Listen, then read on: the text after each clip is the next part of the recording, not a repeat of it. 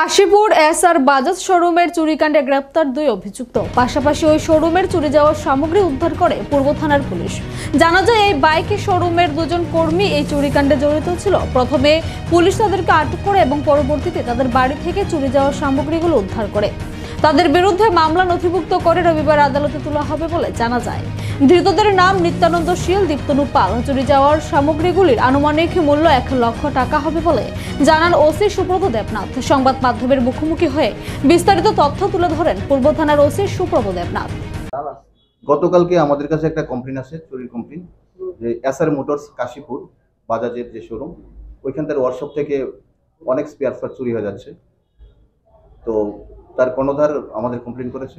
Complain accordingly আমরা একটা চুরির কেস রেজিস্টার করেছি। রেজিস্টার করে আমি আমার সাব ইন্সপেক্টর দিলীপ কুমার দাসকে আমি এন্ডোর্স করি। তো ইনভেস্টিগেশন নেমে দেখা যাচ্ছে যে ওই ফার্মের কিছু স্টাফ এই চুরির সাথে যুক্ত।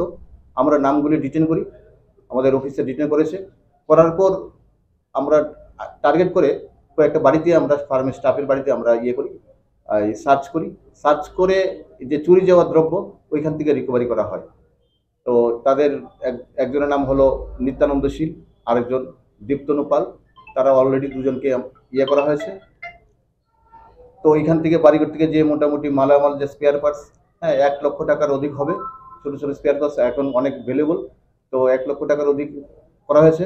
বাকি আমরা ইনভেস্টিগেশন এখন কন্টিনিউ করছি। দেখা যাচ্ছে বাকি মালগুলো আমরা আশা করছি আরও 2-1 ইনভলভ থাকতে পারে, এবং বাকি মালগুলো আমরা রিকভারির জন্য আমরা চেষ্টা করে যাচ্ছি। তাছাড়া কিছুদিন আগে প্রান্তিক ক্লাবের এখান থেকে একটা বাড়ি কনস্ট্রাকশন, এখান থেকে চুরি হয়েছিল। তো ওইগুলি আমরা প্রায় ঘরের যে কিছু এই আপনার বেশ স্যানিটারি আইটেম এবং কিছু অন্য কিছু এই